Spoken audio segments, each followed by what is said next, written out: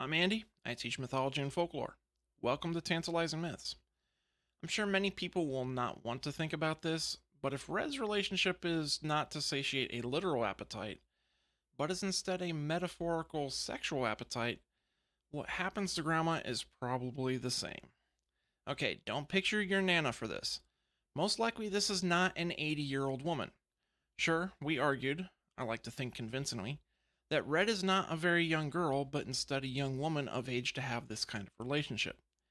Grandma is no different. However, we must remember that this story circulated during the medieval period. Marriages and childbearing took place at a younger age. If Red is from 10 to 14, then her mom is probably in her late 20s to early 30s, which would place Grandma in her late 40s to early 50s. So don't think of Aunt May from the Tobey Maguire Spider-Man movies.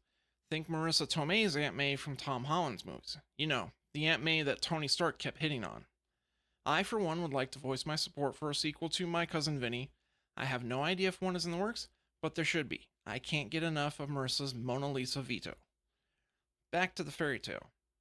Why am I even bringing up Grandma's age? Well, because of the wolf's appetite. The story is quite clear that the wolf immediately fell upon the good woman and ate her up in a moment. Now, we've already run through the possibilities when it comes to this, but I'll recap. 1. The wolf is a supernatural creature, appearing in wolf form, so we naturally expect its animalistic nature and to prey upon people. It's not great, but this is the best of the outcomes. Grandma is dinner to a wolf. The wolf is a metaphor for a person, a very bad man. But the appetite is still literal, in which case the wolf is a cannibal and Grandma is still dinner, but the ick factor is probably quite a bit higher. This is the scary one: metaphorical wolf and metaphorical appetite. In this instance, the wolf is a sexual predator devouring up Red, but before Red comes Grandma. In this interpretation of the wolf and appetite, Grandma is attacked and violated before Red. Okay, I'm not bringing this up to give you nightmares or further ruin the story for you.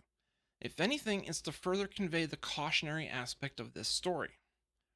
The story emphasizes Red's naivete, and so the eventual attack feels especially poignant for readers. The structure of the story, putting her attack at the conclusion and drawing it out, makes it truly memorable. It is the last thing we're left with in the story. Then the story's moral further reinforces the crime against Red. However, Grandma's assault is quickly glossed over, barely a stepping stone as the story rushes on to Red's fate. There's a casual brutality in how it handles what happened to her, dispatching her in a few words. Her fate doesn't even warrant its own sentence. The story fixates so much on Red's fate, it neglects how important what happened to Grandma is. In fact, it escalates the crime. The wolf's sexual appetite is truly insatiable. After assaulting Grandma, he is not sated. Instead, he's preparing to do the same thing to Red, and he succeeds. This is now a serial crime. The message of caution is reinforced, especially since the wolf faces no justice in the Perot version. He is still free to attack more women, and his appetite indicates he will readily do so. While distasteful, I just realized what an unfortunate pun that was, Grandma's fate matters in how we interpret the wolf and his crimes. Bad enough that it's Red, but to compound it with such a casual assault on Grandma truly makes the wolf monstrous.